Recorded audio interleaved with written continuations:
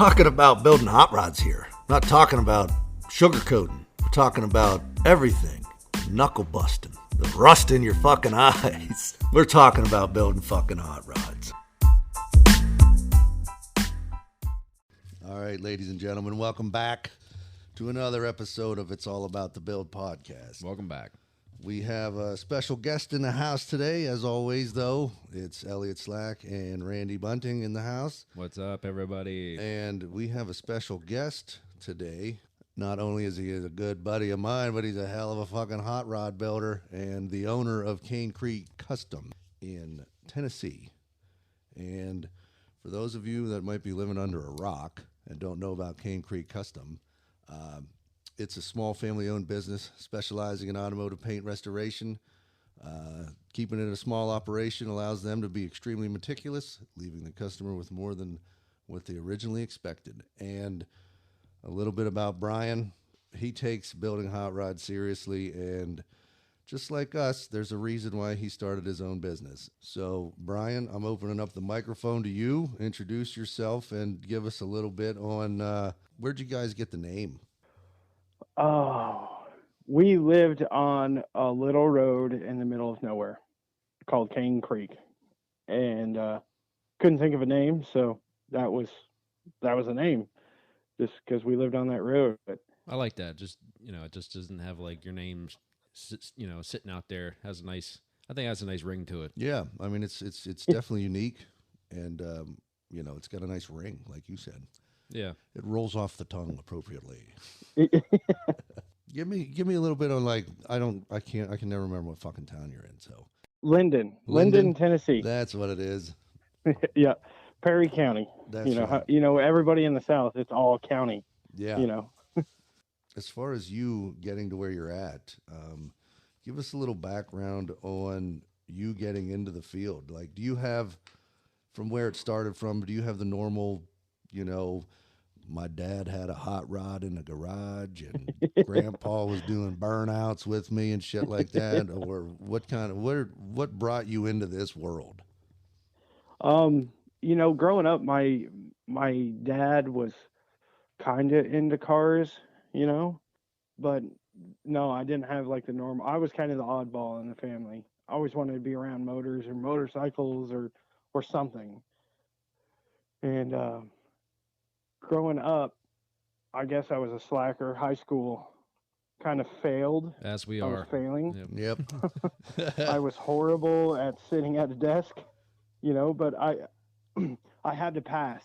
So there was a vocational school that was offering me a spot in the auto collision part. And they offered me a spot to kind of get my credits up. And so it's almost like a blessing in disguise kind of thing. It was, yeah.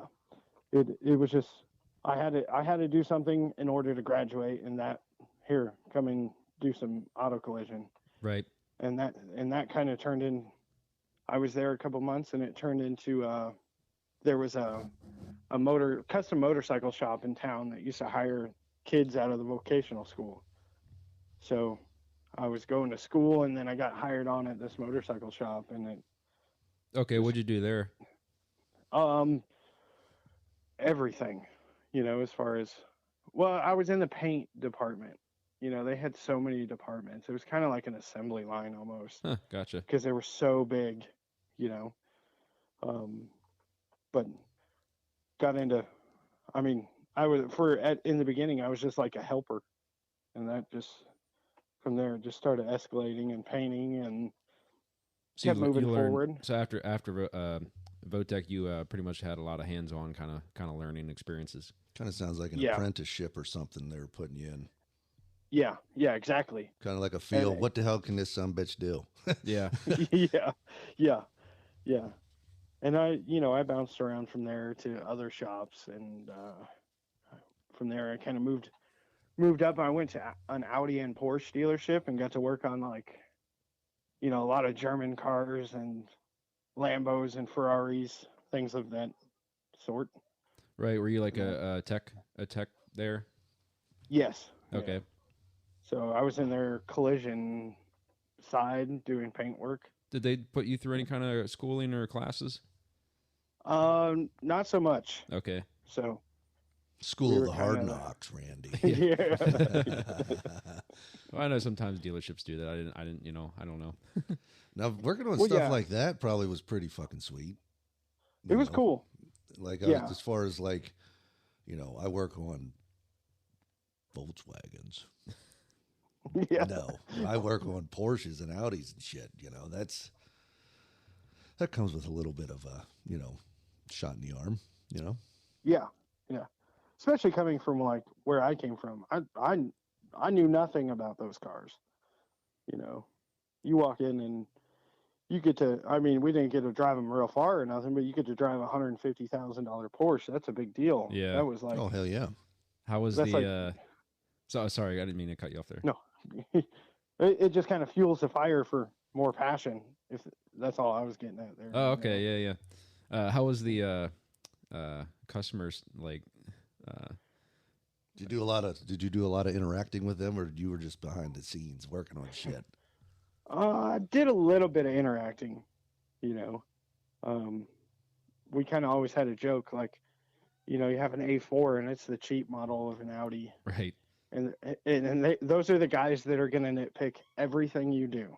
Right. But the guy that brings you an R8 or an A8, $150,000 car, they jump in it and go like, thanks guys, have a good day. And it was always kind of a joke. Yeah. Did you run into any celebrities or anything like that? I got to do some stuff for like some cheerleaders for like some of the football teams and things like that, but nothing crazy Gotcha. there. Now this was what? This was in Denver. This was in Denver. Yeah, Oh, because okay. because he's in Tennessee now. Oh, okay. But Yeah. I guess I should have brought that into the light earlier. Yeah, I didn't say anything about that. Yeah, I grew up in Denver. Oh, okay, gotcha. Yeah. So diving into the Porsche and everything like that. So what? Did you just kind of ride that wave for a while, or what brought you into the classic car world? Did you get into that before Tennessee, or when you landed in Tennessee, it was kind of you fell into it? There was a guy I kind of got hooked up with out in Denver, part-time.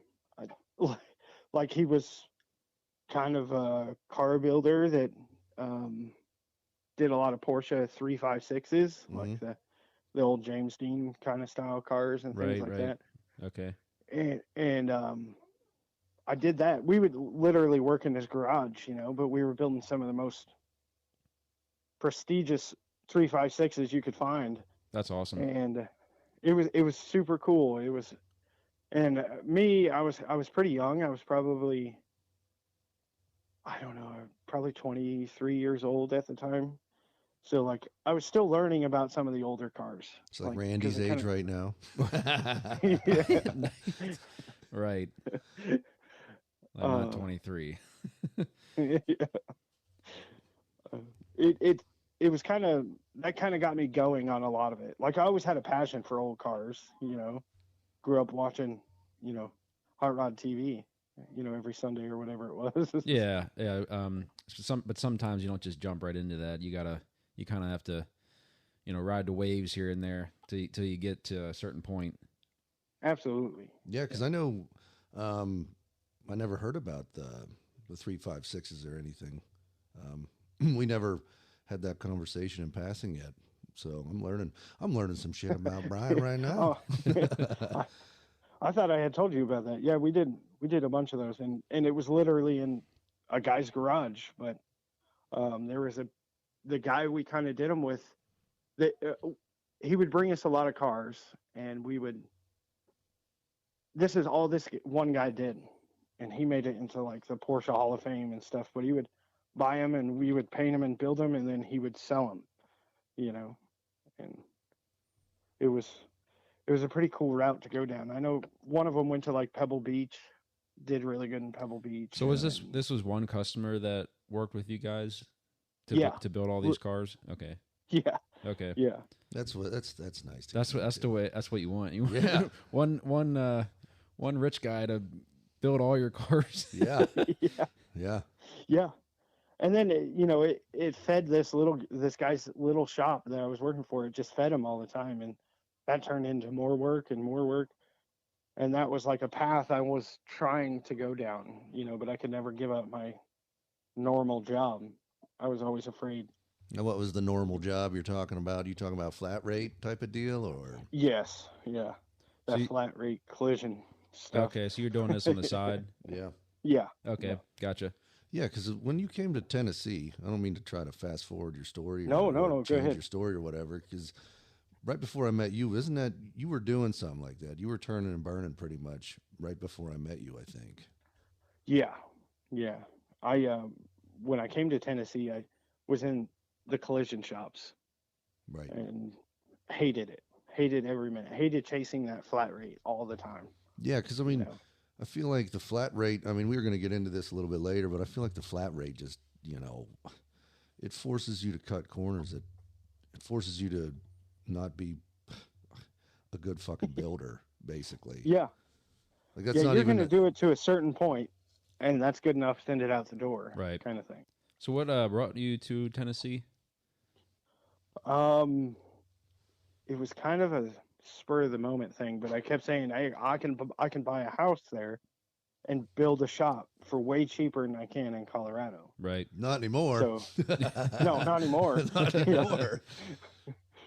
But at the time, it was, you know, uh, I wasn't making like killer money or anything. So it was like, I know I can go there. I can make pretty close to the same amount of money, and I can build a shop, and I can work for myself. So it was kind of like, it was kind of a dream that I had, but it was so far down the road, I never thought it would happen. Yeah. Yeah. When You know. what around what time was this? What around what year? Because you were saying you were 23 at this time, at one point in time. Yeah, yeah. And that was probably 2010 when I was at Audi and I was doing all the Porsches and things like that. And then I think 2016 or 2017, so we're a couple years later, Yeah. and that's when Nicole, my wife, and I started the journey to Tennessee. So Okay. Nicole actually came with you. Yeah, Okay. yeah. Because I didn't. For some reason, why did I think you met her there here? I don't know. She had some family That's what it was. in the area. Yeah, that's what it So. was.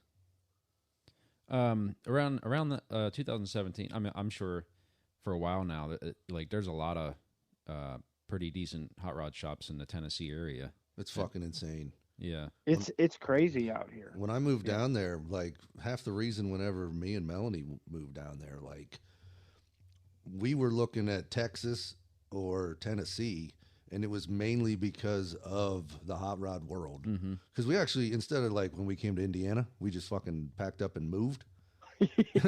Like we still packed up and moved to go to Tennessee, but we like specifically were like, okay, you need to build, you need a job.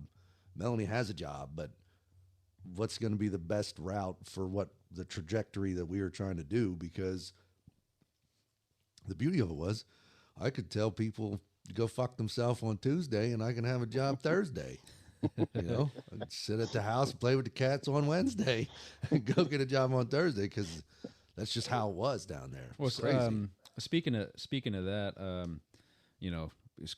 going through jobs and kind of stuff like that. What were some of the challenges you faced earlier in your career, and how did you overcome them? Oh, challenges. Um, Yeah, because I mean, getting thrown into your position you were talking about, like the apprenticeship. People just throw you in and figure out what the fuck you're good at. So yeah. you didn't have. Did you have schooling, as far as like? Well, he had the Votech. Right, but I mean, like anything besides just that. You didn't go to college or anything like a hot rod school or anything like that. Nothing. Right. So I he's- barely made it through high school. I'm serious. Like, Yeah, but it was all hands-on learning. Yeah. Learn yourself. Everything you come across, you had to kind of figure it out. absolutely. And that's always been me. Like, I always look at something and I'm like, I've had bosses like they'll freak out over something. Well, how are we going to do that? That's always the question. Well, what are we going to do with this? And I guess I'm total opposite. I'm like, I'm going for it. you know, it's just a piece of metal. If I mess it up, I'll fix it. You Yeah. know, I'll figure out how to fix it. So I just balls to the wall, jump in and start going. So especially nowadays. Like, Yeah. there's Well, I mean, you're the fucking owner now, so yeah, you yeah, you got no choice but to figure it out now. yeah, I think that's absolutely. I think that's why a lot of companies, hot rod shops and shit would fail. They don't want to get uncomfortable, so they stick to Yeah, their whatever. They stick to their just fucking Old ways and what they yeah, know. yeah, and they're just terrified of moving forward because this is making them money now. But the evolution is where it's at, and we're going to get into it because Cane Creek Custom is hasn't been open for very long, but they are evolving fast, and it's fucking awesome. That's half the reason why you're on here is because of what's going on in your guys' world. But as far as like when you were getting into the path of classic cars and stuff, did you have any like mentors or influencers at that point in time outside of that guy who was that had you helping them build those Porsches and stuff? I no, really, I didn't have a whole lot. We always had like family friends that had cars and things like that, but nothing that stands out in my mind that I can remember that was like that guy. Right. What about like? Because I remember you saying you watched TV shows growing up. Yeah. Did any of those guys have any influence? I mean, Yeah. obviously they did because I mean it reminds me of myself and probably Elliot here and anybody else who is into cars. Especially if they don't have a family or something like that got them into it. TV was what it did it for me. So it sounds like you kind of happened for you too. Like I don't know, do you have any guys that you can recall that had any influence on your career? Pretty much, if I was going to say TV, all the guys from like Hot Rod TV and trucks Yeah. and Mm-hmm. all of them, Stacy the David. magazines, Stacy David. Yeah. Mm-hmm. I definitely did growing up. I definitely like had a lot of magazines as far as like loved mini trucks, Mm-hmm. the paint schemes and Oh, lowered yeah. mini trucks, Oh, yeah. like, Mm-hmm. That was never. huge. That was huge when we were kids. If I'm aging ourselves, because Yeah. that whole era. It's funny because me growing up, I didn't get any hot rod magazines or anything. It was I'd watch some shows on the weekends and stuff and have fucking no idea what I was watching. Yeah, absolutely. but it was car shit, and then like Discovery Channel had like I was hardcore into like just the cars. It wasn't even working on them. It was like I had fucking Hot Wheels and there was some show on Discovery Channel that was like a stuntman fucking show where they were always doing car stunts and shit. And I just thought it was the greatest thing in the world. And then I would beat the shit out of my Hot Wheels with hammers and shit so they looked wrecked. And they're like, "You're destroying them." It's like, no, I'm not destroying them. They look fucking awesome wrecked. It's funny you say that because growing up, as far as I can remember, I probably had up until now, but I've probably had 3 or 4 $500 or 500 remote control cars. And Wow, that's insane. like it's crazy. And I would, when I was little, like my son's age, like 5 years old, I'd take them apart and play with them. Take them apart, see how they worked. Yeah. And I remember my mom getting so mad at me because she'd be like, "You took that thing apart. Like it's a Christmas present. You took it apart." I'm like, "I'll figure it out. Yeah. We'll make it work." Put it back together. There's only 5 or 6 screws laying around. Yeah. Where does other fucking wheel come from? Yeah, you got like different tires on there. You got a different body from another RC. Sneak it over and throw it in the fucking trash. Yeah. So going back, we touched base on the flat rate shit. Going back to that, the previous work experiences coming towards Tennessee and stuff. when you were working, when you first moved out to Tennessee, you were doing flat rate. Is that what you said? Yeah, yeah. Now, Worked in some collision shops, and now, I how? did. Go Go ahead. ahead. How? I was just going to ask how that flat rate um, prepped you for what you're doing now, um, negatively or positively. Negatively, I find myself trying to trying to hurry. Yep. You know what I mean? Sometimes you need to slow. I need to slow myself down, but I'm always like, well, that's a 2 hour job. You know what I mean? Mm-hmm. And really, it's in reality, it's probably like a 5 hour job. But I know I can do it if I hustle. You know, I bust ass. I can get it done in 2 hours. Like, and negatively, like now, um, you know, that's probably one of the worst parts. But I mean, it did make me faster. Yeah. You know, Well, you had no and fucking choice. yeah, yeah, you got a family to feed. You got to work fast. So, but it does. I think it's good for the customers. You know, that you can be efficient. You can plan things. Um, That as you long know, as because you most as long as you apply that, you know, Right. whatever you take the best of what you learned and apply it to what you do now. yes, yeah, and that's always kind of been my thing. I take the best of everything I can do, or every place I've ever worked. You know, you meet somebody smart that's really good at something, and I would take their information that they feed me. That's always been like my thing. That guy's freaking smart. Look at how good he is at that. I'm gonna figure out how he does that, and I'm gonna hold on to that. You know, so you get 20 guys that have showed you really cool things or tricks of the trade. Hang on to every little thing. You know, Be humble about and it. yeah, yeah, I've worked for a lot of fucking people that are like, this is the way it this is the way it is, and you try to talk to them you try to talk to them and tell them a different direction or whatever. You're gonna come up with the same outcome, but it's a different way of doing it. And they're like, fucking no, no, yeah, it's not that. No, that ain't happening. And they don't fucking learn shit, and they don't progress, and they're stuck in their ways. yeah. And that's one thing. I'm all about technology and improving and moving forward because this industry is always moving forward. Always.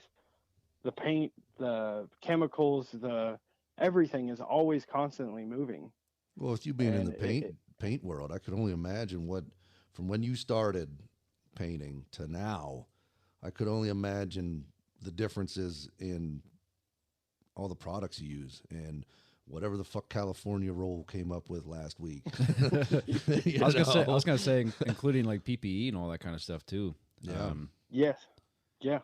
I mean, you got backpacks now that filter your air and shit like that, right? Yeah. Yeah. Yeah. And the best thing is a lot of things, I hate to say this, but some of the stuff is, you know, there's a lot of stuff that's made overseas now, and you can get it fairly cheap compared to what it was when it first come out, you know, 15 years ago. Yeah.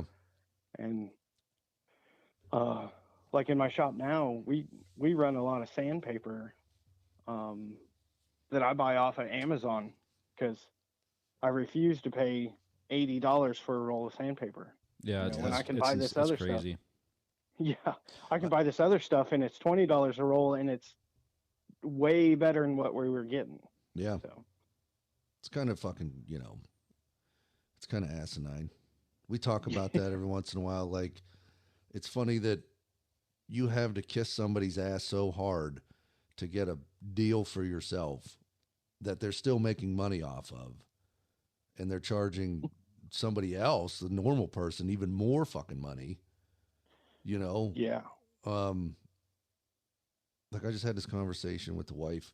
It's like, when people sign contracts with us, in the contract it states, 30% markup on parts, which is an average, a normal fucking thing. I mean, hell, you go to a dealership or some other places, they're 50% markup and stuff like that. And The only reason I have it in there is because if the client starts acting like a fool, then I'll start charging them to 30 fucking percent, you know. But maybe it's bad business practice, but Yeah, I can't justify that. You know, absolutely. it's fucking crazy to think that there's two different price tags for everything and they're still making money off of both. Yeah. Whether it's for a dealership or a fucking business or it's a normal, everyday guy working out of the back of his garage. They're the ones that are getting screwed when you think Yeah. about it. Yeah. Didn't mean to go off Especially on a in the tangent paint there. world. Yeah, especially in the paint world. The paint world is crazy, man, and it's kind of mellowed out these days. It seems like, but I know there for a while, like these paint companies would come in to your little shop and they'd say, "Well, we'll give you a loan for 60 grand, you know, but you have to buy 500,000 in liquid." Yeah. If that makes sense. Yeah. Yeah. So you're under contract until you buy 500,000 in liquid, and that takes years, for a little guy. Yeah, especially if you're a small shop. I mean, if you're turning and burning and fucking having 15 guys in the shop, I could see it being, worth it. Yeah, yeah. But I mean, I can't do that. I'm not that big.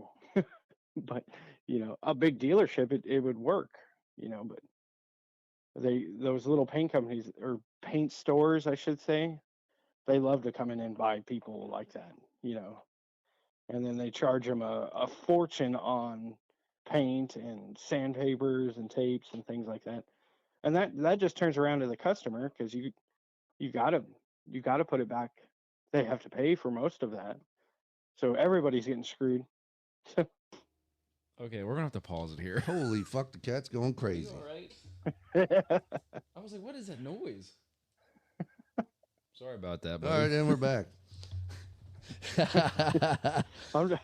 I'm surprised my kids haven't gone nuts yet. So I don't know what the fuck all that was about. Okay. how many cats you have now? 3 of them. Oh, okay. No, it's all good. We're back. I think I muted it long enough.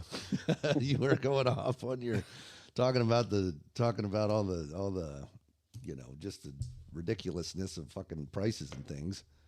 Yeah. So, but yeah, can you got anything as far as like you got a highlight of a memorable project or something that you worked on in the past before coming out here to Tennessee, or was it pretty much just those Porsches were where it was at? We did a lot of those Porsches, and like every shop I worked in, there was always a restoration in the shop when it would get slow, and you jump on the restoration. So it wasn't like I didn't do any, I just didn't do them every day. Yeah. So, nothing super memorable when I was in Colorado. Now, when you were talking about having a restoration in the shop, that's one thing I noticed. I mean, I haven't been around a lot of body shops or anything, but I feel like every body shop that I've ever talked to somebody about or actually had the opportunity to walk through, there was always a restoration in it. Mm-hmm. And it's always like it just never gets done. It's over in the corner. And did you have a lot of that when you were going through the flat rate world? Yes. Yeah. And I think every shop I was in had one going in the corner, and it had been there 3 years, and it was barely in primer. And every shop, it was insane, because they would take something in when they would get slow, and then insurance work would kick up, and then it gets pushed back to the corner. So it was. I feel like the owners are like, you know what, this would be, this is what I really want to do, but I don't really want to put up with it. So they just fucking turn and burn. Yeah. Is how I feel about that. Now, Randy, that's what he was in. He was turning and burning. He was doing mechanical work as far as flat rate goes. Yeah, I was a Subaru tech for a couple of years. Oh, yeah. I actually lucked out throughout before I was in the classic car world. Like everything I did, none of it was flat rate because even in the oil field and shit like that all those things that I was working on, they were like custom made to certain specifications of that company. So it was like a So like a trailer had like 3 fucking engines on it, and drive shafts that like 18-foot drive shafts that went down this way that hit a gearbox, and then ran another 18 fucking foot drive shaft back just to get down underneath it to run a pump of some sort. And you had 3 of the fucking engines on the son of a bitch and a big ass pump system. And you had to, and the thing of it was you had to take 15 pieces of fucking protective covering off of them before you could even get to it. So flat rate was nowhere in sight for shit like that. Yeah, you didn't know how long it was going to take. Yeah, even though you did it like all the time, every single one of them, you know, Harry built this one last week, and old fucking Jeb fucking built that one 2 years ago. So it's similar, but there's a different method to it. Yeah. And that's like with the Teslas and shit now, man. That's no longer like you take a quarter panel off and stuff. Those are like the whole ass end is one solid piece. So I can't imagine what it's going to be like when it comes to rebuilding cars of that world. I don't know if you've looked into anything like that yet, but like instead of like a fascia over a back bumper and stuff, it's just like you just take the whole fucking, like you take everything from the back glass off. It all comes off. Then you put it all back on. It's kind of wild. Yeah, I'm not sure I'm in the Tesla world yet. No, I'm not. You know, I see it bouncing around, like guys bringing in electric motors on builds, and I like it, but I haven't jumped on it yet. Right. If that makes sense. I'd like it. You know, everybody, it's electric now, so I don't understand why anybody even talks about miles per fucking gallon or whatever. You know, there should be, they should be have a, like, if I was Tesla or anybody creating an electric vehicle, I would just go back into my fucking files. Like if I was a Chevy dealership, GM, I would just go back in my files and start producing 40s fucking pickup trucks that are all electric. Right. Just because it looks fucking cool. It would give somebody a reason. Like Tesla had the whole fucking opportunity to build a brand new vehicle nobody has ever seen. And this is what the fuck they come up with. Well, not including the truck, Cybertruck. Yeah. I guess that's the only different thing they've come up with that doesn't look like a normal vehicle. Right. But looks like a 5-year-old drew it for show and fucking tell. Hey. All right, getting off the fucking Tesla kick. I apologize completely to you, Bryan. No. But yeah, so let's get into you coming into Tennessee and stuff, and let's bring it home to where we finally met each other. And how did you get to the day that my fucking ass walked in the door? How did you get to that shop that we met each other at? Let's see. I came into Tennessee, worked for a little collision shop, and a couple little collision shops. And then I went to another one that was probably one of my favorite places to work. I'm not going to name any names, but they probably know who they are if they heard this podcast, but they were super cool. We did a lot of high-end cars there. I did some, like a GT 500 for one of the singers for a band, this Nice. big, pretty popular band. And we always had something cool in there. And I felt bad I quit because I went to a shop that me and you worked at because I was promised a lot of things, you know, to come over to that shop. Yeah. And how long were you at that shop before, you know, this fucking crazy redhead shows up? The shop we worked at? Yeah. What was I was there probably, I don't know, 8 months, maybe 6-8 months before you came in. Yeah. And had no idea you were even getting hired there. And I'm like, oh God, we got another guy starting here, you know? And you're talking about the restoration shop we were in. Yeah. That was a fun place, you know, as far as You never knew how that was going to go. But that day, I still remember it to this day because you walked in and I introduced myself. Yep. And you said, how long you been doing this? And I said, like 18 or 19 years. And you said, how the fuck can that be? You're only like, what are you, 25? You... What a fucking dick. I mean, I'll take it as a compliment that I don't look like an old ass, I guess, but yeah. Especially with kids.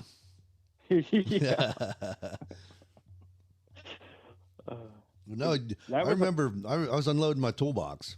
I just brought the little toolbox because I was like, yep, there's another shop. I know not to bring the big one anymore because it's just a matter of time before I tell somebody to fucking, I'm out of here. So I brought the little toolbox. You actually helped me fucking unload that son of a bitch and bring it in. Oh, that was nice of you. Yeah. Yeah, And then I insulted you. like a Kia Then I insulted you. It's Yeah. Kia. Yeah, settle down. Yeah, we don't need to bring up that history. It was a good car. I've wanted closest 300 horsepower and 30 miles a gallon.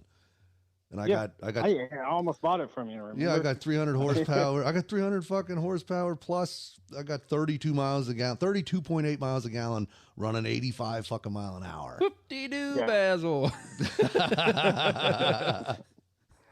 I'm just kidding. So besides that, like, what were your first thoughts on meeting Elliot, huh?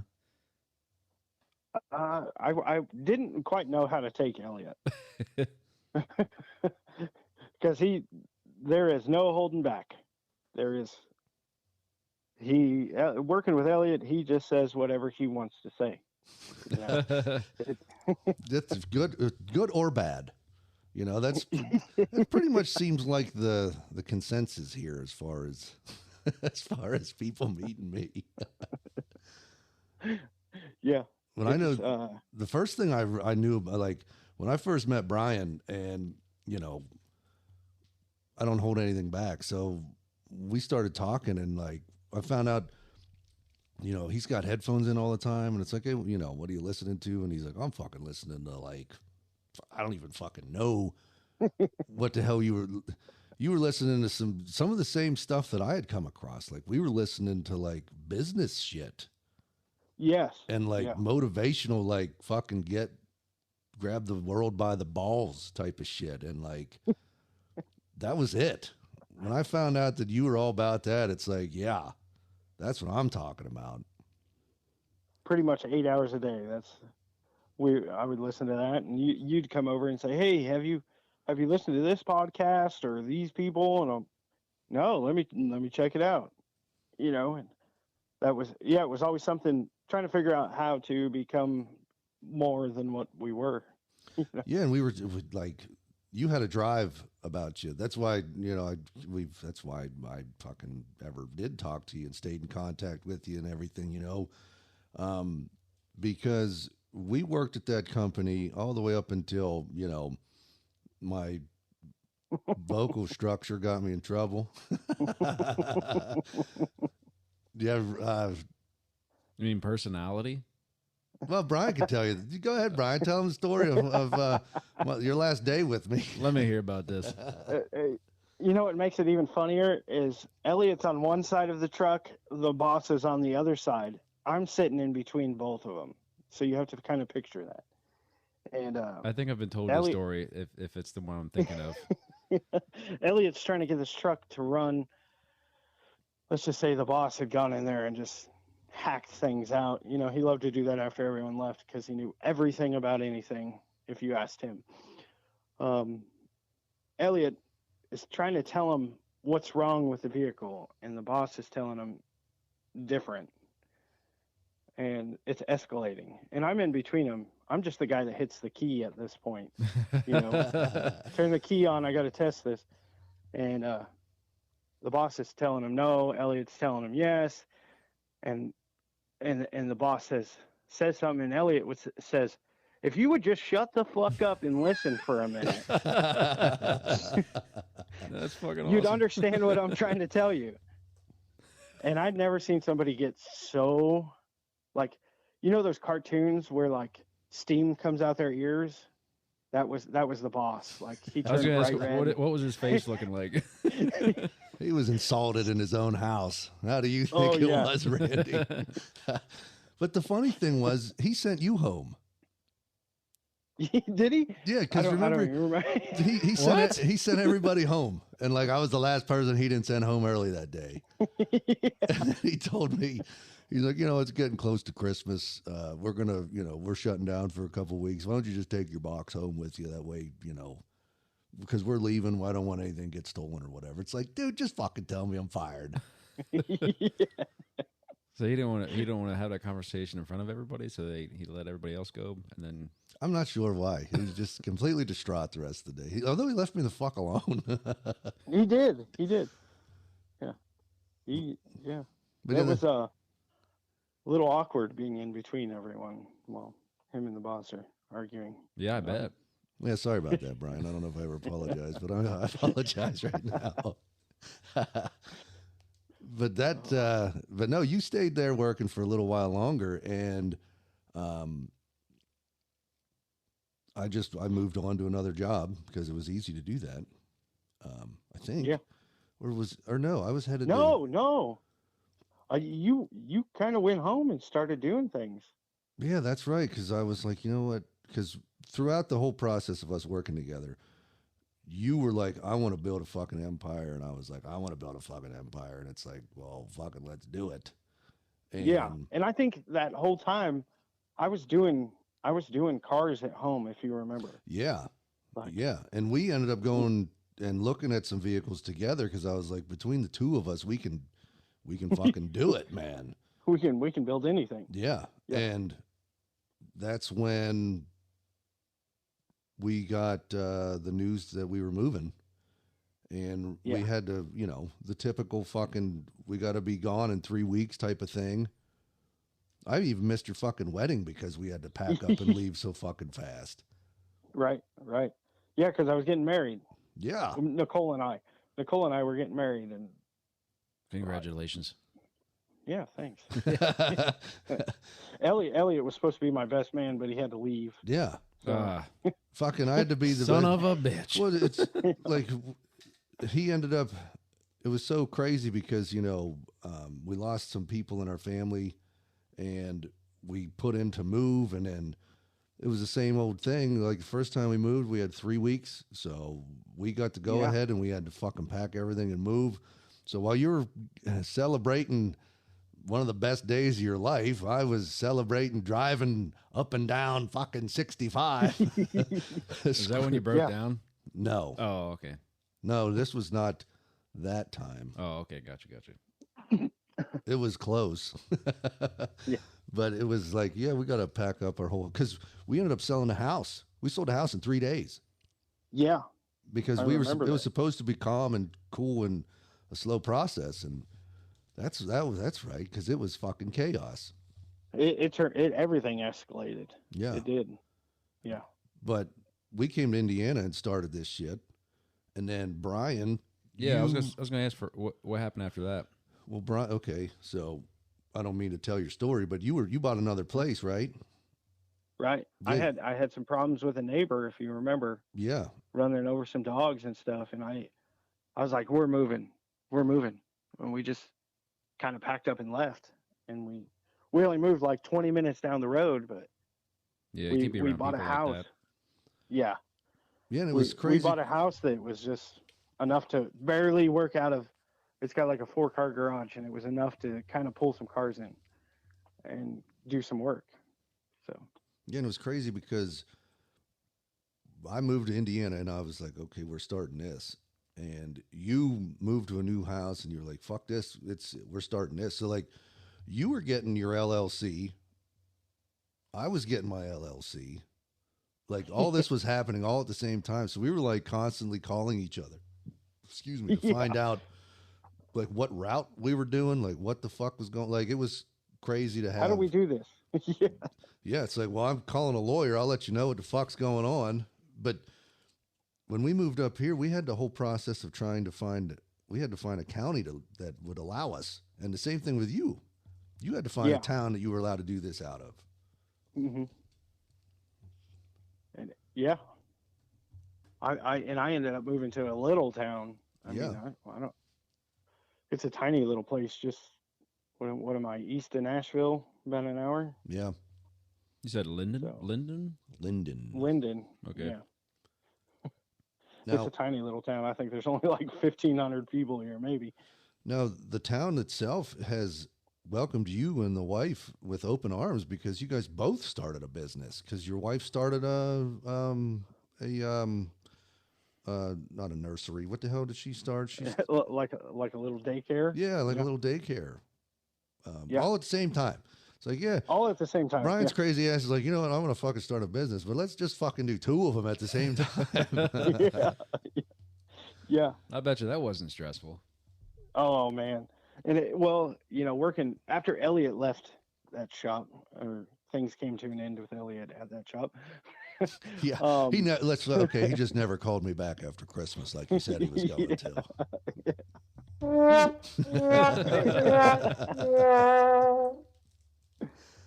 Things you kind of have if you go into a shop, you always end up meeting somebody. You always have kind of like a best friend there.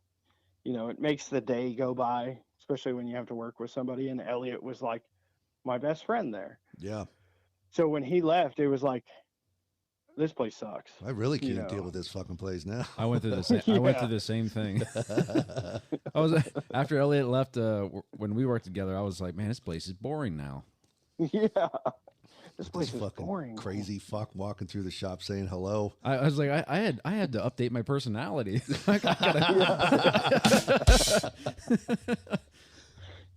Yeah. But I got to start at that time, Sorry, that? sorry, I was gonna say I got to start yelling obscene, fucking Gestures at random shit. Yeah. Sorry, go ahead. When Elliot was no longer there, I was moving forward. Like Elliot said, me and him were both kind of doing things. And I had been doing a little bit at my house already, in my little tiny shop. And my wife kept saying, you need to just quit that place. Just quit it. It's dragging you down. Like, I'm like, I know, but Well, you got to the point where you were making more money off of a job. Like you were literally wasting time going to work for somebody else. Yeah. I could sit at home and make more money. And, when I went to that place, I was promised a lot of things, a lot of help with things and blah, blah, blah. Typical bullshit. Yeah. So, and I think I ended up working like 2 or 3 days a week, but I was going home and I was working on the cars that I had piled up here. And my wife just kept saying, just come to work here. Just screw that place. And I remember like we went through like a tough spell for like a couple of months. I'm not even kidding. I had like $500 in the bank. And she's like, just quit. Just quit. I was like, to hell with it. I'm quitting. I'm going to go home and work. I can probably make more money. Right. And I quit. With all these bills coming up, a mortgage, I have kids, it's harder to do things with kids sometimes. Yep. I'm like, I'm doing it. And that was the best decision I could have done. Like, listening to your wife. Quit. Can you believe that? Listening to your wife was the best decision you've ever done. Yeah. Well, yeah. And I had Elliot, yelling at me, why the hell are you still working there? Just quit. What are you waiting for? Could you say like that they kind of like both of these guys, or like both, not these guys, Elliot and your wife were both kind of like the inspiration to just roll the fuck out. Just absolutely just do it. Yeah. Another one, like my mom, she's like, you just jump off the cliff, just go, just do it. Like, if you fail, you fail. You like, go find another job. Like Elliot said, there's plenty of places to work out here. Just if you fail, go find a job. So, well, I mean, you don't fail unless you quit. Like literally, like there's no such thing as failure unless you just say, you know what, I'm fucking done. I just quit. Yeah. And what I found with you is you did one job and that's all it took. That was, yeah. You did one That was paint kind job. of Like the beauty that you had, you could just fucking, you were painting. So, paint work fucking just brings everybody, especially if it's yes, good. If it's good, then it brings everybody.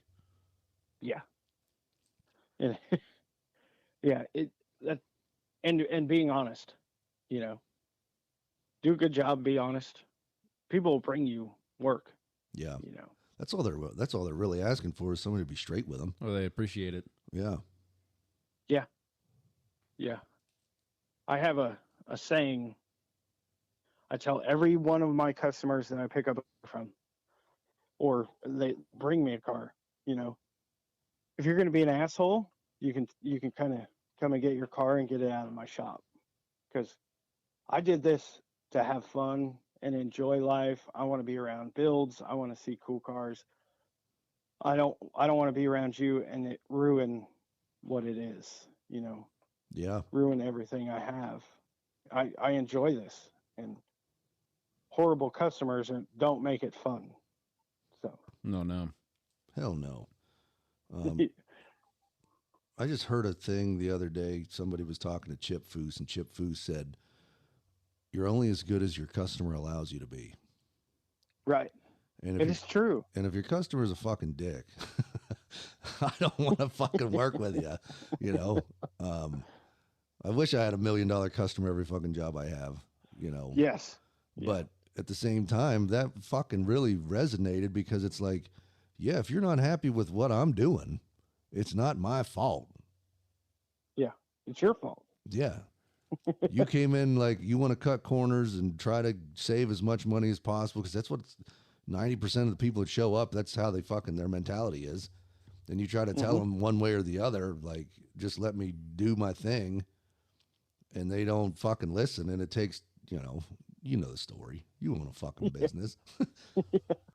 It's that's one of the hardest things. Like you could do a $10,000 paint job, or you can do a $50,000 paint job.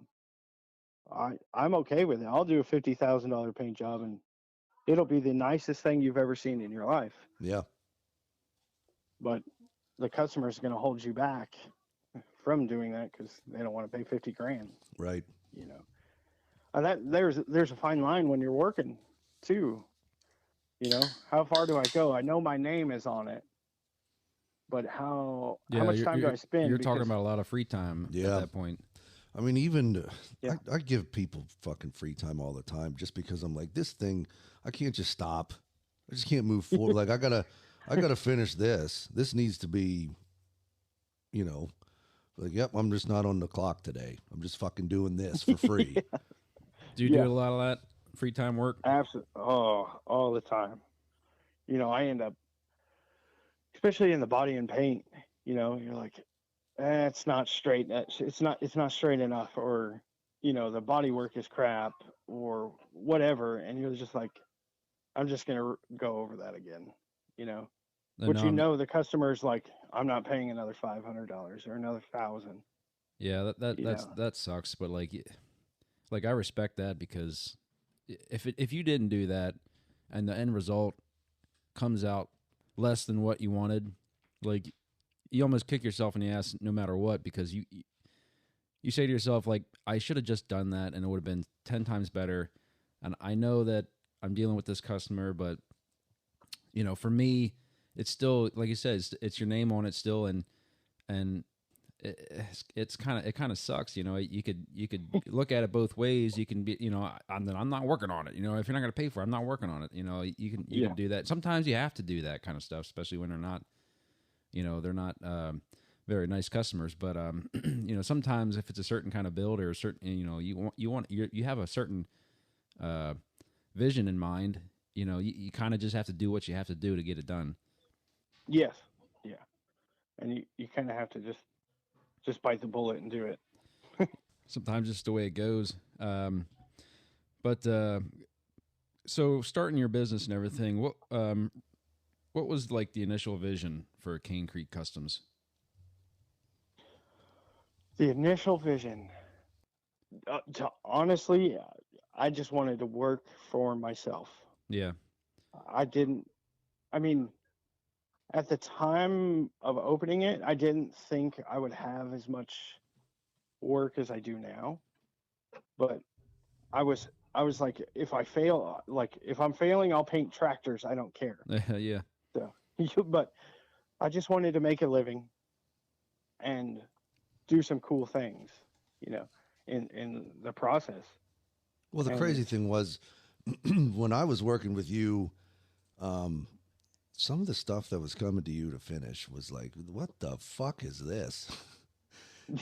And you were having to go back and fucking rework metal. And I mean, I knew that you had a drive to make shit right.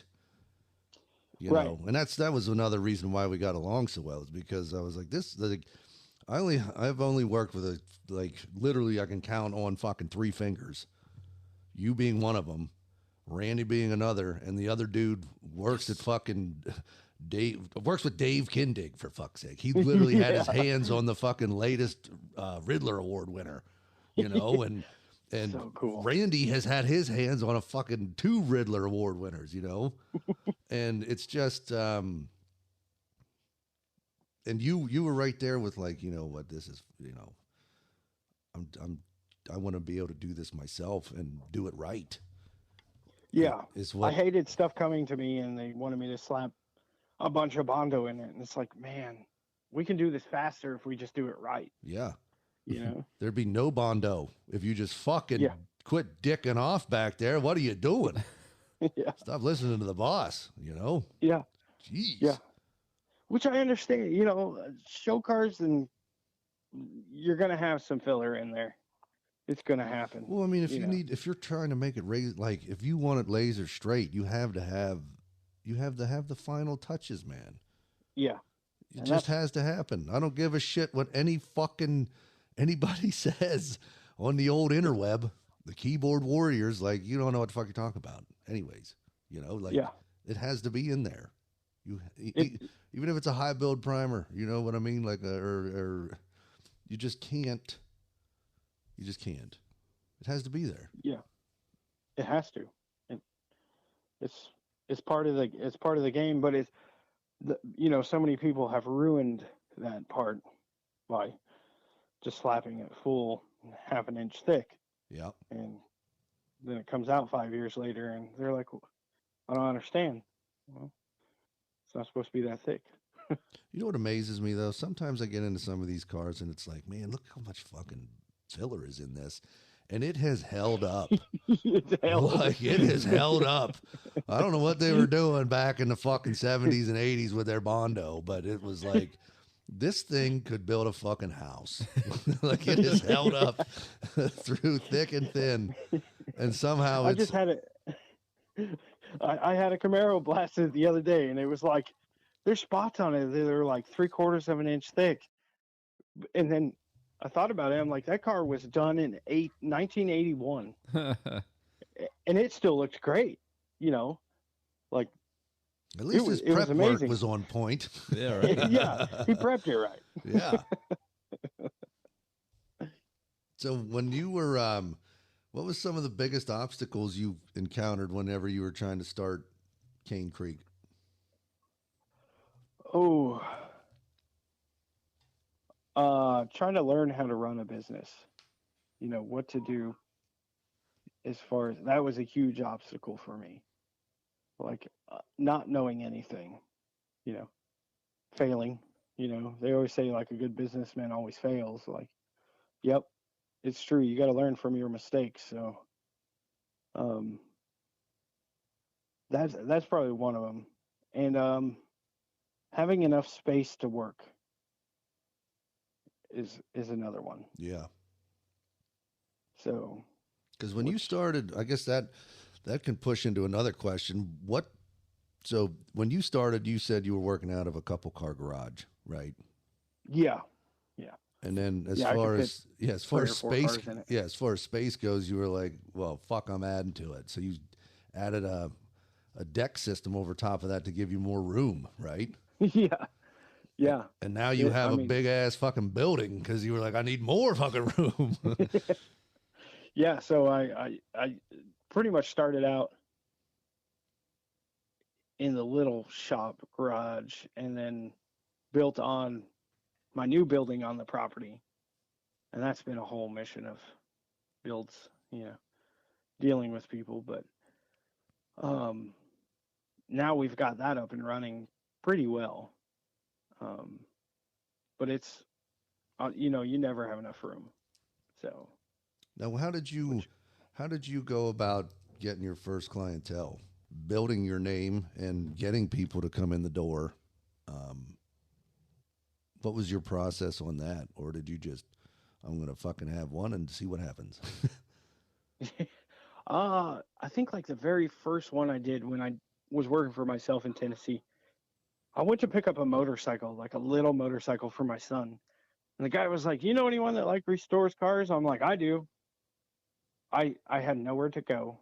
Like, didn't even have a garage at this point.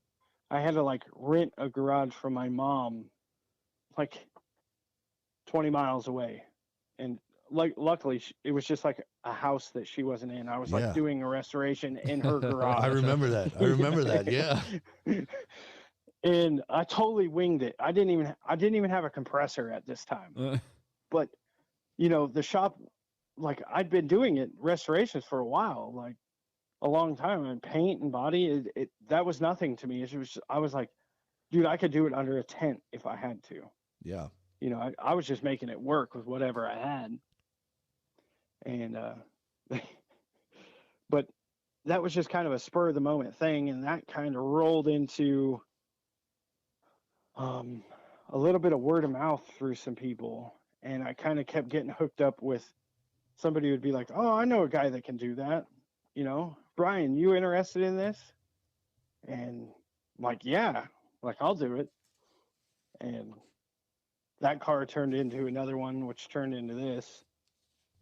We live kind of in a small town, and like where Elliot kind of lived is still, it's a big city, but it's still pretty small, Yeah.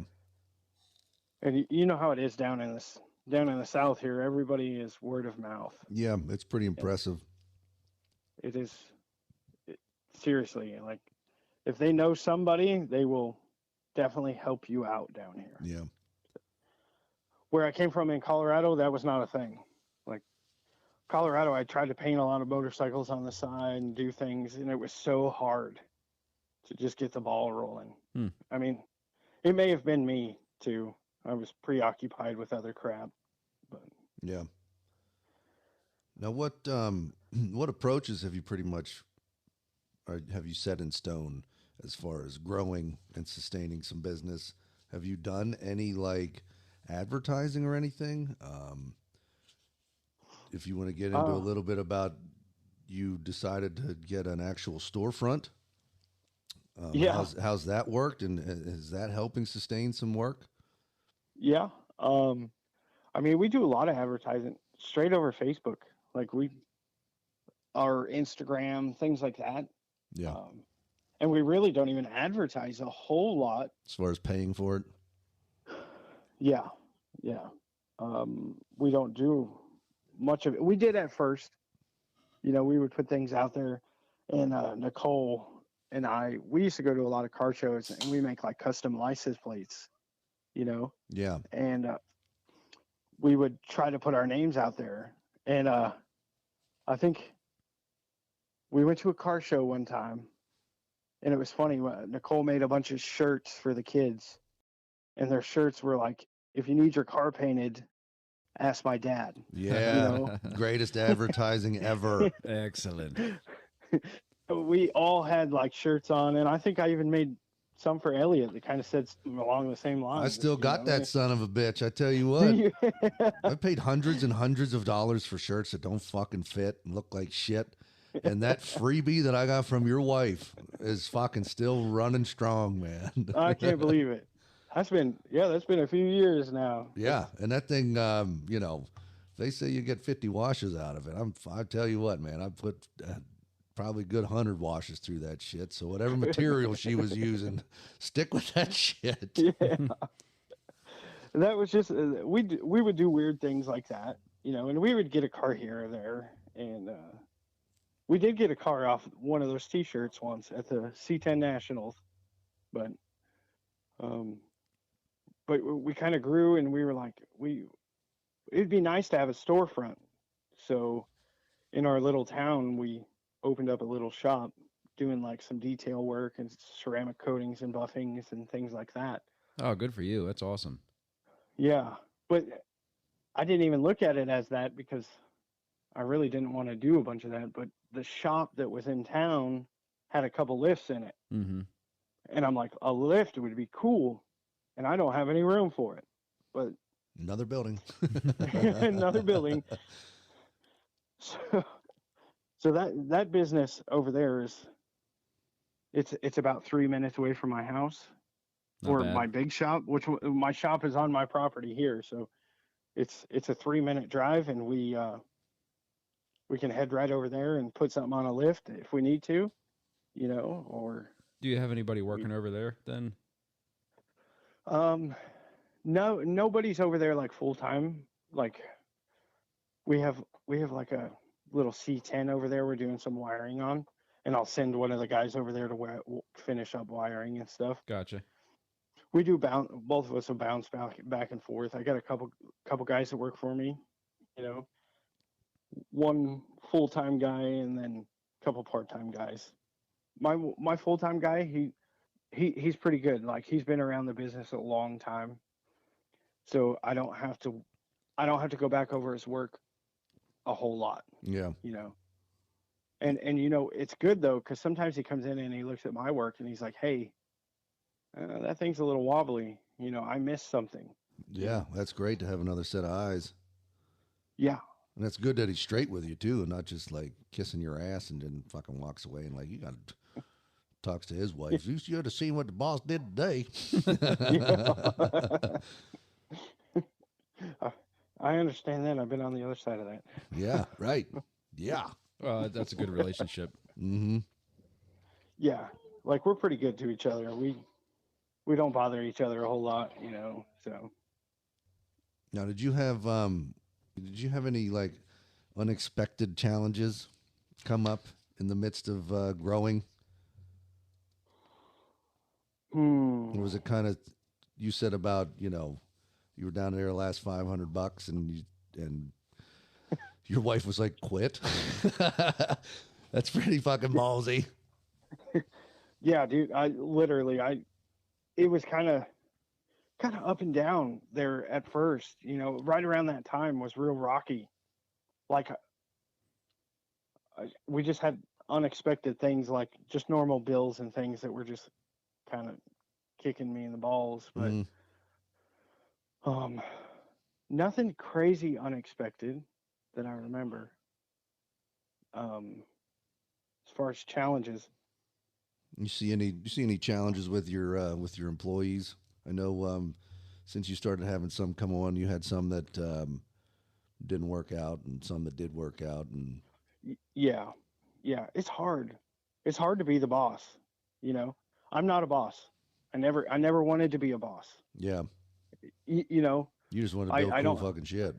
I just want to build cool shit. And it's hard to get an employee that has the same passion you do, even though they're not the boss. I get it. They're not the owner. Their name doesn't go on it. But it's hard to get somebody that wants to have the passion. Like me and you could have ran a business together and both of us would have been so stoked because we're building cool shit. Yeah. Which is crazy because of it, like this, what we do for a living is so specific. It's like, how does anybody go into this, getting a job doing this and they're not excited? that excited? I don't think I understand that. Well, I think a lot of people like they don't fucking realize that they actually have to work. Because this shit, like these cars don't get built, and the way, like, the one thing about this industry is the fucking car doesn't lie. Like, if it's not straight, it's not straight. It's gonna wave at you all the way down the road. Yeah, and if it don't run, it don't fucking run. Like, there's no in betweens. Like, yeah, it runs, but it runs like shit. It either runs good or it doesn't run good. It operates or it doesn't operate, and it looks good or it doesn't look good. The chrome looks great or the chrome's fucking pitted. There's no There's no bullshitting through this. I mean, you can bullshit when it's just sitting there at a show and not running or anything. But as far as paint work goes and body work, that you can't even bullshit your way through a show. Yeah. Especially body work. Yeah. It's going to tell the whole story of that car. Yep. You know, how much time do they spend on it? You know, even and down to the buff work. You know, yeah, because you can buff it and then just be like, it looks good enough, but it's still got a little bit of orange peel or a little bit of wave in it. It's like if you just spend some more time, that's going to be slick. Absolutely, yeah. So moving on. Can you tell us about any special builds or customers that you've had since you've opened the shop, even though it's been a short-lived experience so far? Yeah. I might ramble on this one a little bit. No, that's fine. That's fine. That's what we're here for. It's kind of a cool story. One of the shops I worked for in Columbia, I kind of briefly met a guy that owned another shop. We kind of followed each other, Instagram and things like that. You know, we met each other. We'd see each other in town, blah, blah, blah. He started kind of following my builds and work. He called me one day, kind of out of the blue.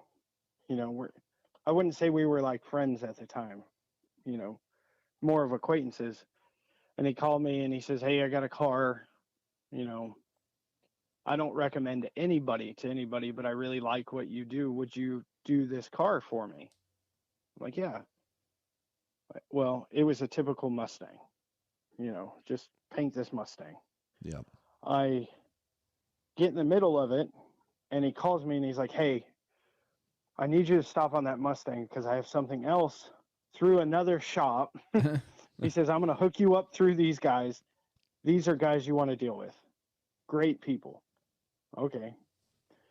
And I'm like, "Okay, what is it?" And he's like, "Well, this car," and at the time I couldn't talk about it. It was for Jelly Roll, the singer Jelly Roll. The and man. I couldn't. The man, right? Yeah, especially right now. Yeah, especially right now. And I got hooked. He hooked me up with this other shop, you know, and I'm so grateful for everyone. And the other shop, I don't know if I can throw their name out, but they're pretty cool guys. Elite Customs in Nashville. Yep, I know them. They didn't know me from anybody, but they got a recommendation from the other guy, you know, and they were like, "Yeah, we want you to do it. Can you do it for this price? And can you have it done by this date?" And I'm like, "Oh man."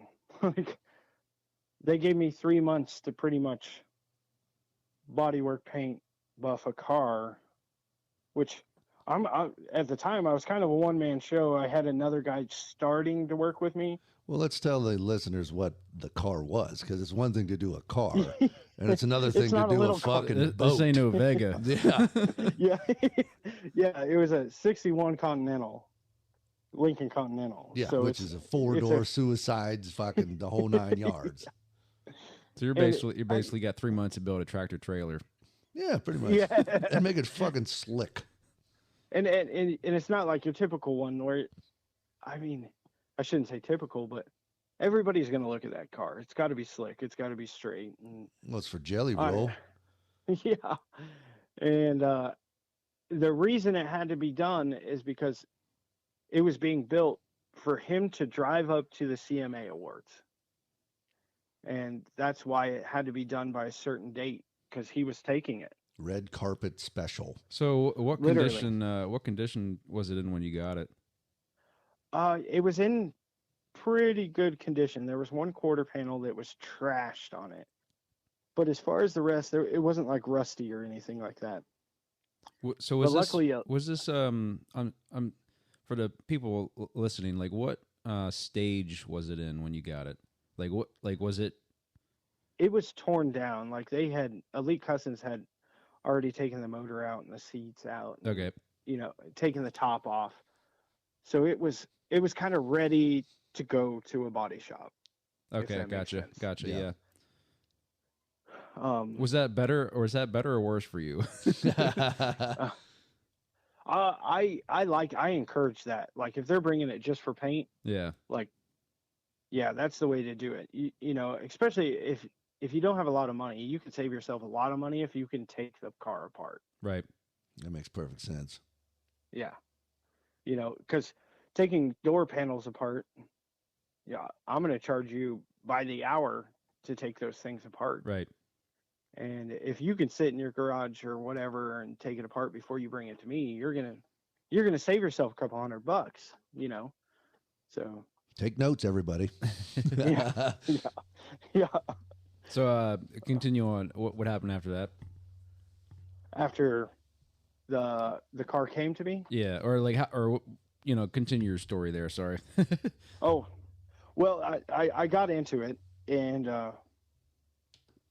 it kind of crippled my shop because I had a couple other cars in there that most of my customers were cool with it. I kind of let them know, Yeah. like, hey, I'm backing off on your car a little bit. I'll still work on it, but this one's taking over my focus right now. Well, that's good. Good on you for letting them, you know, at least talking to them. Many shops wouldn't do that. Yeah. Right. Most of them would just blow them off. And, Right. And most of my customers, I shouldn't even say customers. Pretty much everyone I have a car in here for, we have become great friends. Every person I've done a car, well, pretty much every person, I should say. Like, You we get call that each other bad on a apple Friday every night. once in a while. Yes, absolutely. You get And- them fucking Audi A4 fans. Yeah. Hey-oh. But it slowed down my shop a little bit because it was a big car. It was a lot to do in a short period of time. And It's a once in a lifetime type of deal, especially when you're talking about you not being in business as far as Cane Creek Custom goes for very long. This is a staple for your shop, yeah, you know, so it's like, well, you need this. It's an opportunity that could lead to other opportunities if Yeah. possible. At this point in time, it is an opportunity of a lifetime for Cane Creek Custom being as young as it is. You know, right. It's a gift from the fucking universe or God or whatever you want to say, because it's like, here you go. Here you Yeah. go. And it's funny, you always talk about the universe, you know. Yeah. But I'm always asking for things. I'm always putting it out there and hoping it comes back to me. And that was one thing really early on. And Elliot, I remember talking to Elliot. I don't know if you remember that back when we worked for that shop together. I said, if we can just get one of these famous people, one famous person, you know, it could lead to a lot bigger jobs if you could just say, hey, I did something for Jelly Roll. Right. You know? Yeah. Right. We weren't And thinking people Jelly look at you Roll. different. That was the last motherfucker I was thinking about, Yeah. especially being in Nashville. Yeah. So there was a lot of people. We were like, oh, we should just send them a message on Facebook and see if they got anything they want us to do. Yeah, those usually just go by the wayside. Yeah. Yeah. But after that, gosh, I ended up getting the car done, and it made it back to the other shop for assembly and stuff. Hang on, I'm gonna shut this door. We got some kids yelling out here. It's okay. We had cats earlier, and why does I have kids too? But it made it back, and they ended up doing like the build on it, so which was totally fine with me. Yeah, right. But they have some manpower there. They got quite a few guys in the shop, so, and they were all set up to do everything. So I'm sure that was like, I mean, for those that aren't familiar with this shop, they do quite a bit of stuff as far as that caliber of person coming in and out. As far as their clientele goes, Elite does quite a bit of celebrities, sports people, all sorts of stuff like that. So they probably knew, they were ready for it. Yes. Yeah. They have some very high end clientele. Yeah, their But shop seems to be pretty. Like their shop is pretty sweet. Like it's yeah. fucking, it's nice. It's clean and nice, and elite is a good name for it just by the fucking shop. Yeah.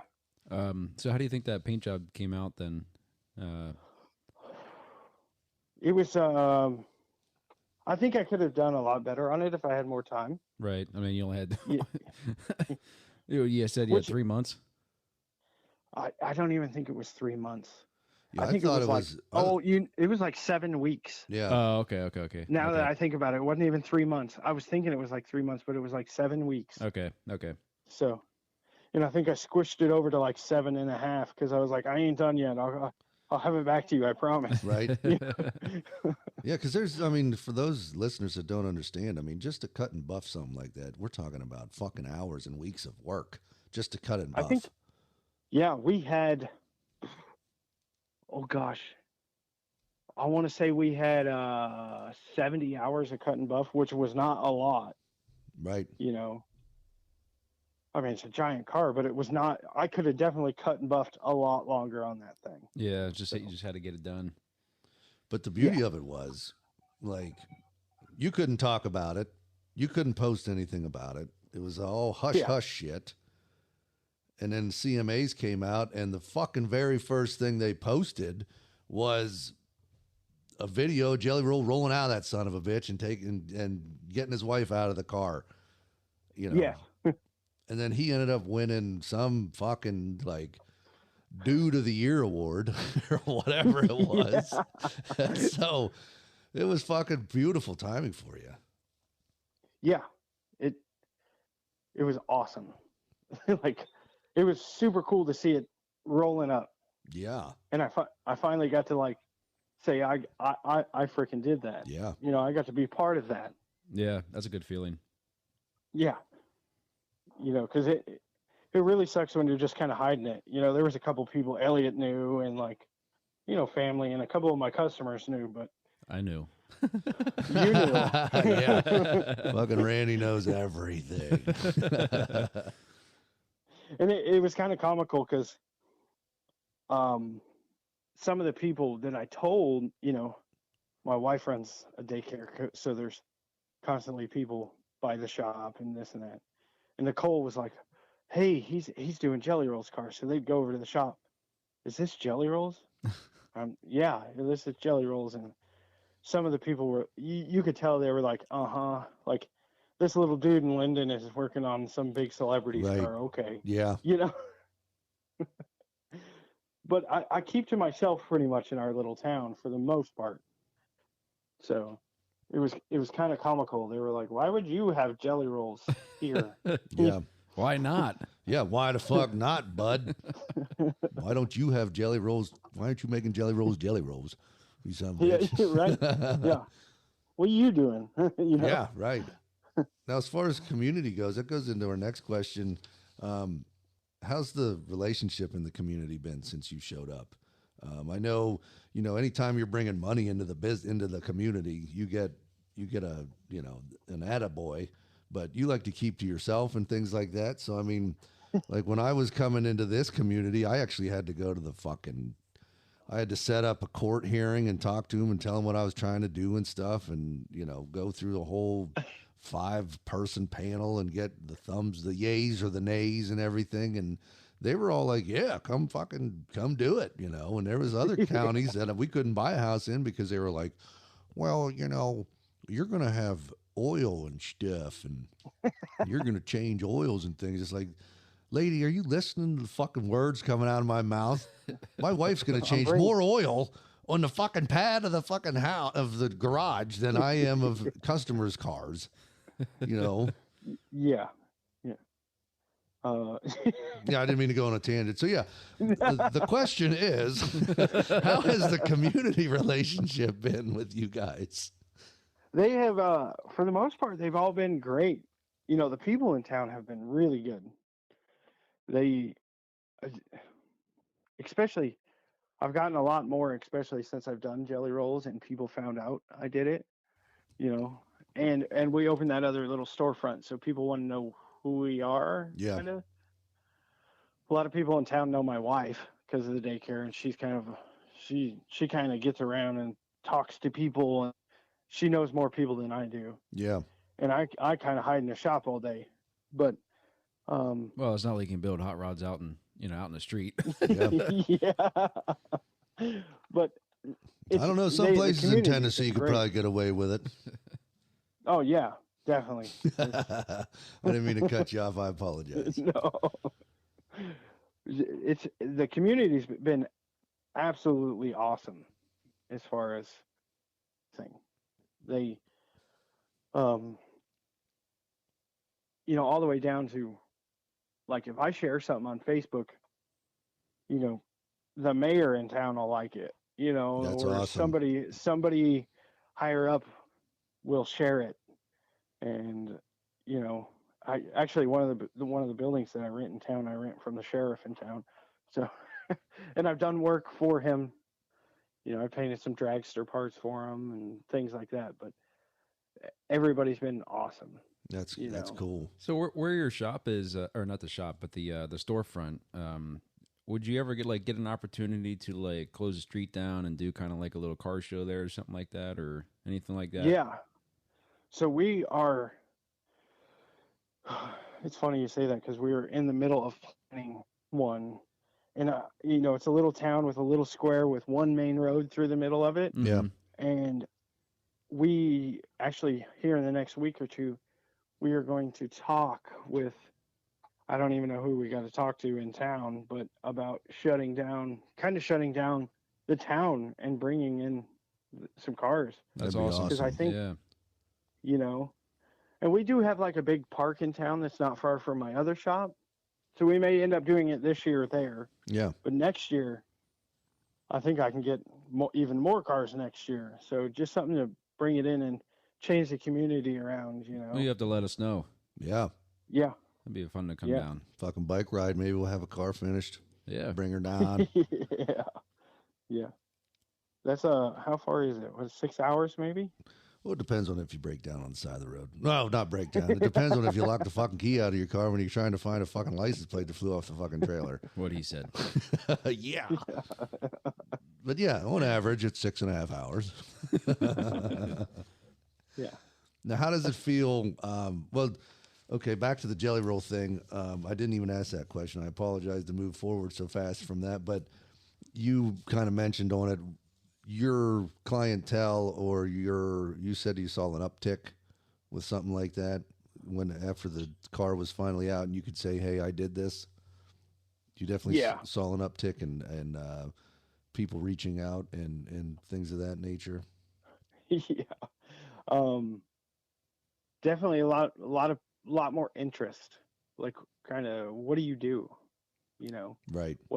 Where'd you come from, kind of thing. Yeah. It seemed like a lot more curiosity from people. And some people are like, oh, he did jelly rolls car, no matter, and other people are like, oh, you're the one. Hey, I want my car done by you. Yeah. Which to me Jelly Roll or George Strait or whoever, it doesn't matter. It's still a car. I'm still going to do it the same way I do everything. Yeah. But it just has a different audience. It's not just Joe Schmoes. It's going to be seen, Yes. Yeah.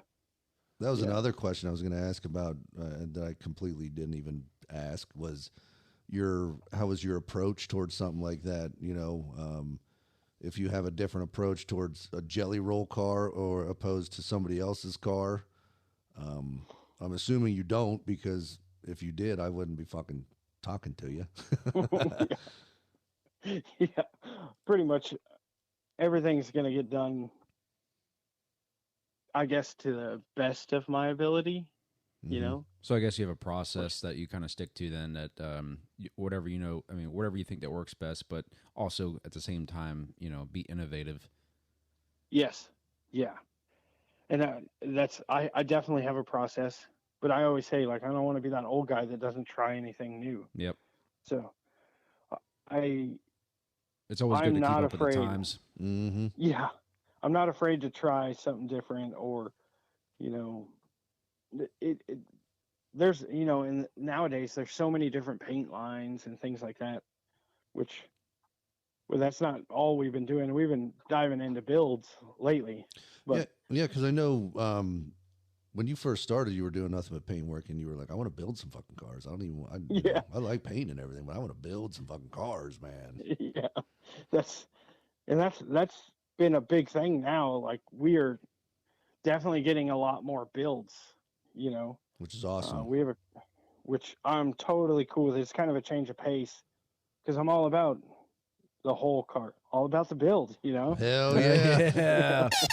Oh yeah! That's awesome. But, you know, you can only sand and block and paint so much before you kind of get a little burned out. Yeah. Like, especially after 20 years of it. Mm-hmm. But, you know, in every shop you work in, you're always doing something different. You do a lot of R&I or installs, remove. You know your way around a car after a while. So it's just like, why am I not doing that too? Yeah. So I guess that falls right into what do you feel the trajectory is? Like, what's your vision for the next year, 3 years, 5 years? Like, where do you want Cane Creek to head? That's I really want to get down to just building. I don't know how to say this without. I really want to take them to the next level. Yeah. I want to keep growing. You know, That's what it's all about. Mm-hmm. yeah. You know, a dream of mine is to make it to the Riddler. Yeah. One day, which I'm not saying I couldn't do it now, but do I think I'm ready? No, definitely not. I think if somebody showed up and was like, "Here's a couple mil," Yeah. I'd be like, "I'm fucking ready, man. Oh, I'm ready to do it right ready. now." Yeah, I could do it. But that's one of those things. There's a lot You're more only as good as your involved. customer. Yeah. There's a lot more involved that people can't. You have to have a secret room pretty much. Yeah. Yeah. Yeah. Another fucking building. Yeah. Another building. Another building. A Riddler building. Which would be so cool. Yeah. You know. But lately we've been. It's kind of a joke. It started out as a joke, and now it's kind of becoming a thing, because every time we tag something on social media, I'm like, and I don't know why, but my shop is always full of C10s. So Here. Here's the C10s, man. yeah. So it's been every time I tag my town, I'm calling it the C10 city, you know. Hell yeah. And and we've been like pushing that, and you'd be surprised at how many C10s that just keep calling and popping up, which I'm cool with. That's fine with me. I love C10s. So, and they're hot right now. You know, everybody's rocking one. Yeah, you know how we are. We just got rid of a C10, and we have a C10, and we get phone calls about C10s all the fucking time. And I'm okay with that. Like, they're cool. I love them. To have a niche and keep doing, you know, if you could have 3 or 4 of them going at a time, you know, you can definitely shave off some time, because you learn a lot about them. Yeah. You know, I did Jelly Rolls Lincoln. I did another Lincoln a year or 2 before that. That's kind of what got me going on Jelly Rolls. That was kind of a hookup through there. And now I have another Lincoln coming in, and I'm like, oh my gosh. That's a big fucking niche right there to be dealing with. I hope you don't have to do wiring. That's now the guy that I did Jelly Rolls with, the other shop, he's like a wiring guy, and he knows those Lincolns pretty well. Oh man, those late '60s convertibles are insane. Oh, fuck Oh, they're nuts. that. Yeah. I did. I put together a '67 Lincoln that was actually happened to be on the movie Slapshot. Yeah. That's awesome. Yeah, that was a fun big car. Luckily, I didn't have to get into too much wiring on that one, but I did get to see it all. Yeah. Oh yeah, the back ends of those with all, I guess they're hydraulics that moves the Yep. trunk around and all of that. That's what And I then you mean. have all that, a whole relay bank. All up those in relays back there. Yep. Yep. Unfortunately, I know what the fuck we're talking about too. Not a big, I love them. Don't get me wrong, but there's some cars I don't want to deal with. Lincoln's one, and a Cadillac's another. Oh yeah. Those old school big fuckers. Is there a car or truck that you haven't touched yet that you'd be like if I could build one, what would it be? If I could build one, I don't know what I would want to build. Sorry, I didn't mean to He kinda Put 'em on threw the that spot one. I didn't right mean to there. stump you there. I don't know.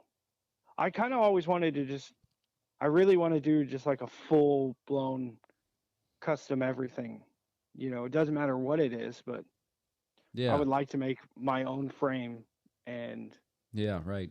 do everything kind of from the ground up and design it kind of my own way. Yeah. No, that's I awesome. know it That's takes a lot of tools and things, but well, it takes an artistic ability as well. So It takes some room too. and some room. Another shop. Yeah. another shot. Another building. But no, that was hard. That's half the reason why we got along so well, is because that's the whole fucking outlook on I.B.F.HotRods is like, we want to get to the point where we're from the ground up, and people ask me all the time. Randy always gives me shit. He's like, "Oh, it's the fucking Elliot Slack answer," because it's generic. It's like, I don't care what it is. It's the next one up type of deal. But that's how it fucking is, man. I mean, I can understand it. I just Now, do you got a favorite era of car? Oh yeah, I would say anything from like the late 30s to early 50s. Oh yeah. Yeah. All the fat fender kind of cars. Yeah. Yeah, a couple of decades. Yep. Couple of decades in there. That's what I'm talking about. Yeah, those are definitely my favorites. I mean, I any era I can find something I love, all the way up to now.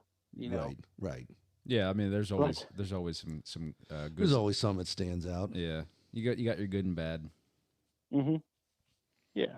Now we're gonna finally close up this conversation with Bryan here, but Yeah. I want a good question I want to ask you is, how does it feel to have that support from your family in pursuit of your dream? It definitely took me a long time to get used to that support. If that even makes sense. That makes fucking beautiful sense. Almost brought a tear to my eye. That's how fucking much sense that just made. Because at first, I always reach out to somebody. I reach out to you, Elliot. Like, what do you think about this? And it's kind of hard to take people in sometimes when they're like, "No, just do it, just do it." And so now I'm like, no, they meant it with, like, they were sincere about, like, no, you're good enough, go and do it. Like, and that's like Elliot, you always said, not everybody can paint and do body work like you, or can do what you do. You just go and do it, you're good. So it was cool to have family that definitely helps. They my wife now is comical. She's like, if you say you're going to do it, you're going to do it. So I'm just going with it because, she's got faith she's like, in you. She's got that. Yeah. Yeah. And it's kind of comical too, is if she sees it in me, like, that I don't have the faith in myself, she'll tell me, you can't do it, and bullshit, I'm going to show you I can do it now because you told me I couldn't, You know, No, what the hell? What is it? The mind fuck, basically. yeah, yeah. She knows what It's she's doing. oh yeah, yeah. But the She's crazy, to have her back, like for her to come out and be like, you got $500 in the bank and you've been talking about wanting to do this forever. And for her to be like, I don't care that you got $500 in the bank. I got all the faith in the world that you can do it and fucking quit your job with $500 in the bank. And we got kids yeah, and bills. And I have that much faith that you're going to fucking, I mean, that's fucking crazy. yeah, yeah. And she never worried about it. It's crazy. She's like, I don't know. I know you could do it. I'm like, well, I didn't even know I could do it. Right. Yeah. No, that's awesome. Good for you, man. Yeah, that's Yeah. fucking incredible. That's like, Melanie, when I first met Melanie and she apologized to me the first time. Like I didn't never got apologies from women. So she apologized to me and I was like, well, I'm sorry that you're sorry, I guess. Like I felt like I had to apologize because she was fucking sorry for something. I didn't know what to do. And it's the same boat. Like Melanie has gotten we moved up here and she's like, you do whatever the fuck you got to do. And we're going to blow all of our fucking money to build a building and support what your dream and your drive and our ambition and what we want to do. And I got that much faith in you. Let's roll is fucking incredible. That's one of the best things to have. Yeah. That's And your wife having your back like that is just, it's worth its weight in gold. It's fucking, it's just awesome. Kudos to Nicole and here's to her. Shout out to the old lady. Yeah, cheers. Cheers to her. it's definitely a cool feeling. It's cool to have kids that want to come out and support you too. Yeah, because hand that to you. I just saw pictures. You just finished up Harry's truck, and Yeah. the only reason I'm name dropping is because you name dropped on your social media, so I felt like it was okay. Oh yeah, Harry's cool. Yeah, You've worked with Harry's the man. I'd met Harry before. And Elliot and I, yeah, we built the truck together at a different shop for Harry. Yeah. And Harry. Yeah, Harry's the man. Elliot wasn't here. Elliot wasn't here, but Harry was like, Bryan, I want you to do my truck. Yeah. Right. And if Elliot was here, he'd be helping. So. Yeah. Now, so, with your kids and everything, like you said, they come out to the shop and things, your social media, you're a family guy. So the social media that you're putting out there, you're getting all the behind the scenes of like literally your son in the engine bay fucking helping clean and all that stuff, which is amazing. But yeah, we're gonna wrap up this conversation and speaking of social media and things, how can our listeners find you? I do have a website, canecreekcustom.com, and then you can find me on Facebook, Instagram. I have a TikTok. I don't jump on it all a lot, pretty much. Well, you start getting followers from this. Maybe you should jump on more. Yeah. Well, you got another follower right here. Yeah. Well, we got another follower just from this. Fucking A. Awesome. Yeah. Cane Creek Custom. I've been trying to update and I get busy. I forget to post things, so sometimes some of the pictures might be a month old, 2 months old, but it's just because I'm kind of I have me and a couple employees and we are doing everything we can to keep moving, Yeah. Well, you build fucking hot rods. Settle the fuck down. Yeah. But no, if anybody wants to is interested in paint work and custom car work and everything, Cane Creek Custom, Linden, Tennessee is where it's at. And Bryan's the man. I can attest to it. You're going to get every bit of what you're asking for and then some, just because his character and the way that he pursues his builds and his work. So that's all I got to say about it. Randy, you got any more questions for Bryan, or are we good to go? No, I mean, I wish the best for you, man. Awesome. Yeah. I want to thank you for having this great conversation. And I'm glad I got to learn about, your business and the Outside of just me telling you about it. Outside of Elliot telling me about it. I mean, I'm looking forward to, eventually getting to meet you in person someday, maybe. So, I just want to say thanks, man. And yeah, thank you. Yep, you're welcome. Yeah, and we'll be, we'll be talking. We'll have to do another update down the line. We'll get back with you here in the next few months or so, and have you on the podcast again and go from there. But until the next time, ladies and gentlemen, Elliot Slack here, over and out. Randy Bunning here, over and out. And as always, you can't forget to get on Facebook, Instagram, TikTok, the YouTube, the whole 9 yards. Anywhere you see I.B.F.HotRods, you're going to find us. And as I'd like to remind everybody, we have a group page on Facebook that's got all the behind-scenes footage and things that we're doing throughout the week and everything as far as the podcast goes. You can find that at It's All About the Build, and jump on there. You can find you can win some free shit. Everybody loves free shit. But again, thank you so much. Cane Creek Custom in the house. Bryan Devrous is the fucking man. Find him on his social media outlets. And until next time, ladies and gentlemen, see you guys later. See ya.